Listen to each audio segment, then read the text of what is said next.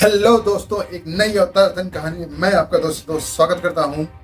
अभी आपने कहानी का शीर्षक देखा कि क्या वाकई 18 साल के लड़के श्याम ने एक सरपंच से अपनी जमीन और अपनी इज्जत और सब कुछ छीन लिया उसका। क्या वाकई ऐसा हो सकता है? और जिसके पास कुछ भी नहीं था, ये हो सकता है। और ये कैसे होगा, इस बात को मैं यहाँ से शुरू करता हूँ। बहुत समय पहले एक श्याम नाम का 18 साल का एक युवक था। दुर्भाग्य से उसके माता पिता नहीं थे, परंतु फिर भी जो गांव का जो मंदिर था उसमें रहता, झाड़ू वगैरह काम करना, जो भी मंदिर का काम करना, उसी में रहता था और उसी से उसका पेट भी भर जाता था। उसी में रहता भी था, उसी में सोता भी था। ऐसे उसकी लाइफ चल रही थी। लेकिन क्या था ना, उसके इतना सब कुछ होने के बाद भी उसके बाद ऐसा नहीं कि वो भिखारी था, भिखारी नहीं था। उसके माता पिता की उसकी 12 बीघे की जमीन थी।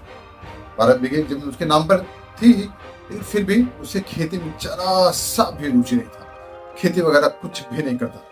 ये चूंकि गांव में रहता था और मंदिर में भी था, तो गांव वाले थोड़े भले आते थे, उसकी गांव की खेती कर दिया करते थे। 12 बीघे की खेती वगैरह कर दिया करता था उसी के साथ ही मंदिर के कहने में। जबकि श्याम का काम था भाई, कभी जो बाहर के व्यापारी हैं उनसे बात करे, कभी जो बोटमैन है या मल्लाह वगैरह हैं उनसे बात करे, या फिर जो दूसरे गांव वाले हैं उनसे बात करे, या फिर कहीं ऐसी रैंडम घूमने निकल जाए। ना उसे आगे की चिंता, ना पीछे का गम, मतलब अपनी जिंदगी में मगन।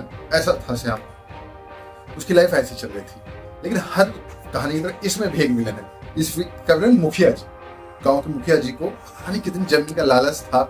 उनको लगा कि यार इसके माँ बाप है नहीं, मैं इसकी 12 बीघे की जमीन ऐसे कब्जा कर लेता। कब्जा करे तो करे कैसे? तो उसने क्या किया, सर पंचायत बुलाई और उसमें श्याम पर आरोप लगाया कि अरे भाई ये देखो ऐसे निठल्ला इधर उधर घूमता रहता है, इसको देखकर हमारे जो गांव के और लड़के हैं वो भी बिगड़ जाएंगे। इसको जल्दी से जल्दी गांव से बाहर निकाल दो, नहीं तो लड़के बिगड़ जाएंगे। श्याम ने विरोध किया, बोला ये क्या बात हो गई, मैं घूम रहा हूँ इधर घूम रहा हूँ तो मैं सबको बिगाड़ दूंगा।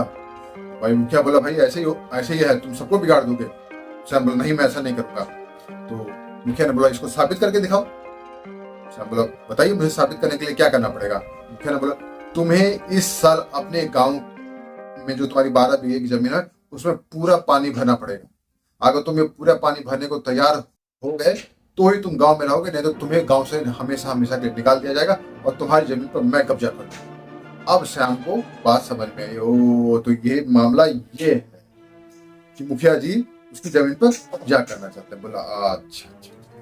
तो उसने बोला मुखिया जी चलिए आपने जो शर्त रखी मेरी भी एक शर्त है। क्या बोला हाँ बोलो क्या शर्त है। बोला देखो अगर मैं हारा तो जमीन तो आपकी हो ही गई, लेकिन अगर मैं जीता तो मुझे क्या मिलेगा। तो मुखिया बोला तुम्हें सरपंच का पद मिल जाएगा। उसने बोला नहीं नहीं नहीं, सरपंच का पद तो चाहिए, उसके साथ एक और चीज चाहिए मुझे। मुखिया बोला बोलो क्या चाहिए। बोला मुझे आपकी लड़की से शादी भी करनी है। अब ये जो दाव था ये मुखिया सोचा नहीं था, लेकिन भरी पंचायत में थी। अब वो बात से पढ़े तो पढ़े कैसे। फिर भी कुछ सोच के बोला ठीक है चलो मैं ये भी मंजूर कर लेता हूँ। अगर तुम जीत गए तो मैं अपनी लड़की से तुम्हारी शादी भी कर दूंगा, तुम्हें सरपंच भी बना दूंगा। तो तय हुआ कि भाई 45 दिन का पूरा समय दिया जाएगा पानी भरने के लिए। लेकिन उसमें से भी श्याम ने कहा देखो ठीक है 45 दिन का आप लोग समय दोगे, लेकिन मुझे 15 दिन का समय और दे दो, मैं एक दिन घूम के आना चाहता हूँ। श्याम ने कहा ठीक है भाई, लेकिन शर्त यही थी कि भाई वो जो 15 दिन रहेंगे वो तुम्हारे उसी 45 दिन में से रहेंगे, अतिरिक्त दिन नहीं मिलेंगे। श्याम ने कुछ सोचा, बोला अच्छा चलो, बोला ठीक है। बोला चलो ठीक है, मैं उसे 45 दिन में से आपसे 15 दिन मांगूंगा। 15 दिन के लिए श्याम पता नहीं कहाँ घूमने निकल गया। अब मुखिया फुल कॉन्फिडेंस में था कि अरे यार वो 15 दिन तो ऐसे उसने बर्बाद कर ही दिए। जो नदी है वो गांव से नीचे में है, ठीक है थोड़ा नीचे में है, वहां से तो पानी आ नहीं सकता, ऊपर से दूर भी है खेत से। उसके जो नहर है वो पिछले 5 साल से सूखी पड़ी है और एक जो कुआं है उसमें मुखिया का कब्जा है। पानी लाओगे कहां से, बारिश होनी अभी नहीं है, बारिश होने में भी 4-5 महीने हैं। मुखिया फुल कॉन्फिडेंस में था भाई मैं तो जीत ही जाऊंगा, हर हालत में जीतूंगा। खैर 15 दिन बीते। 15 दिन बाद पूर्णिमा की रात आई। पूर्णिमा की रात को ही पंचायत बैठी तो तय हुआ कि भाई देखो श्याम शर्त के अनुसार से 15 दिन बीत चुके हैं, तो हमारे पास 30 दिन और है, यानी अगली पूर्णिमा की जो रात आएगी, हालांकि 27 दिन का होता है तो 3 दिन और अतिरिक्त जोड़ के 30 दिन में जो अगली पूर्णिमा प्लस 3 दिन और में अगर तुमने अपने खेत में पानी भर दिया तो खेत भी तुम्हारा, सरपंच का पद भी तुम्हारा और सरपंच की लड़की भी तुम्हारी। लेकिन अगर नहीं भर पाए तो खेत तो जाएगा, तुम्हारे पास जो संपत्ति है, जो भी तुम्हारा साजो सामान वो जाएगा, प्लस तुम गांव से भी निकाले जाओगे। श्याम बोला को अरे कोई बात मैं कर। अगले दिन श्याम फिर से उसी रवैये में, ना तो कोई काम कर रहा है ना कुछ कर रहा है, अपना खूब मस्ती में मगन है, खेल रहा है दोस्तों के साथ। अब मुखिया चकरा गया कि यार ये हो क्या रहा है, तो कुछ कर ही नहीं रहा है। अब करते करते कुछ दिन और बीत गए और जो मुखिया के जो आसपास जो गुंडे लगे हुए तो बोले ये कुछ करने वाला नहीं है, क्यों हमको परेशान कर रहे हो, छोड़ो। वो सभी अपने अपने घर चले गए। 25 दिन बीत गए, 27 दिन बीत गए, 29 दिन बीत गए भाई, कुछ नहीं हुआ। मुखिया आराम से 30वें दिन सोया। अचानक से 30वें दिन की सुबह सुबह एक आदमी भागा आ रहा है। अरे मुखिया जी उठो उठो, मुखिया जी उठो उठो। क्या हुआ अरे वो श्याम के खेत में पानी भर गया, श्याम के खेत में पानी भर गया। मुखिया जी बोले यार कल शाम को मैं देख कर रहा हूँ, शाम को तो पानी भरा नहीं, एक रात में कैसे पानी भर सकता कोई अपने खेत में।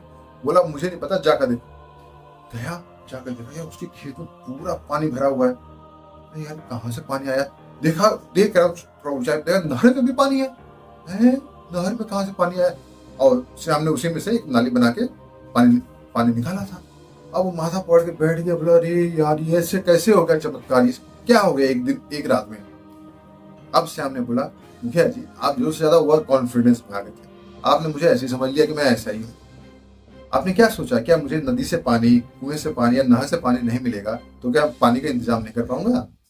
मैं ये जो 15 दिन के लिए गया हुआ था वैसे थोड़ा नहीं गया था।